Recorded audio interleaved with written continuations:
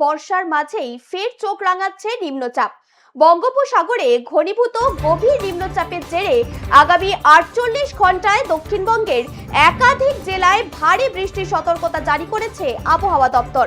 নিম্নচাপের পাশাপাশি সক্রিয় রয়েছে একটি ঘূর্ণবর্ত, আর এই জোড়া প্রভাবেই রাজ্য জুড়ে বাড়ছে বৃষ্টির সম্ভাবনা।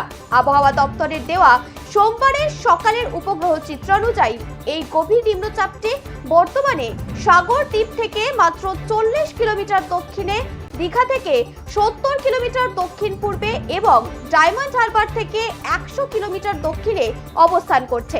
বুধবার থেকেই আবহাওয়ার বদলের সম্ভাবনা রয়েছে। পাশাপাশি দক্ষিণবঙ্গের কোথাও ঝড় বৃষ্টির সতর্কতা নেই মঙ্গলবারের পর থেকে। বিক্ষিপ্তভাবে সামান্য বৃষ্টিপাত হতে পারে। ঝড় বৃষ্টির কারণে দক্ষিণবঙ্গে এক ধাক্কায় কমেছে তাপমাত্রা। জানা যাচ্ছে বৃষ্টির দাপট কমলে ফের চড়বে পারদ।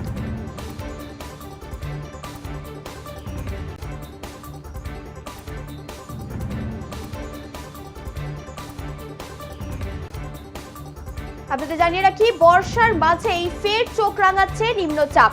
বঙ্গোপসাগরে ঘনীভূত গভীর নিম্নচাপের জেরে আগামী 48 ঘন্টায় দক্ষিণবঙ্গের একাধিক জেলায় ভারী বৃষ্টির সতর্কতা জারি করেছে আবহাওয়া দপ্তর। নিম্নচাপের পাশাপাশি সক্রিয় রয়েছে একটি ঘূর্ণবর্ত, আর এই জোড়া প্রভাবেই রাজ্য জুড়ে বাড়ছে বৃষ্টির সম্ভাবনা। আবহাওয়া দপ্তরের দেওয়া সোমবার সকালের উপগ্রহ চিত্র অনুযায়ী এই গভীর নিম্নচাপটি বর্তমানে সাগর দ্বীপ থেকে মাত্র 40 কিলোমিটার দক্ষিণে, দীঘা থেকে 70 কিলোমিটার দক্ষিণ পূর্বে এবং ডায়মন্ড হারবার থেকে 100 কিলোমিটার দক্ষিণে অবস্থান করছে।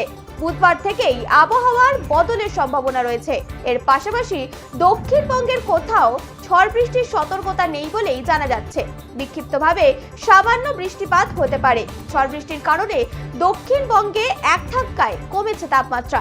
জানা যাচ্ছে বৃষ্টির দাপট কমলে ফের চড়বে পারদ।